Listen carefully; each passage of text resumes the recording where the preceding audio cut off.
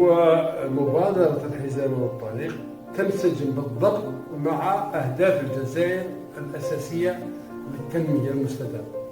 أولا الطرقات بما فيها طرق السيارة، بما فيها السكة الحديدية، وكذلك الموالئ، وكذلك استغلال الموارد المنجمية ليس فقط للحصول على المال، بل لتحويل هذه الموارد إلى تكنولوجيا وصناعة.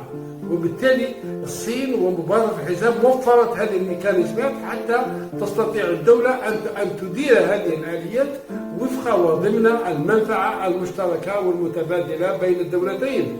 وكذلك أن مبادرة الحزام والطريق سوف تشجع الجزائر وتدفع بالجزائر بأن تكون لها امتداد إقليمي أو جهوي في إفريقيا، لأن الجزائر لها طرقات، لها بنية تحتية، لها مشاريع سكة حديدية، كلها سوف تعمل على تسويق واستثمار المنتجات الجزائرية والقدرات الاقتصادية الجزائرية في الدول المحيطة، على الأقل في دول الساحل، في وسط إفريقيا وفي غرب إفريقيا.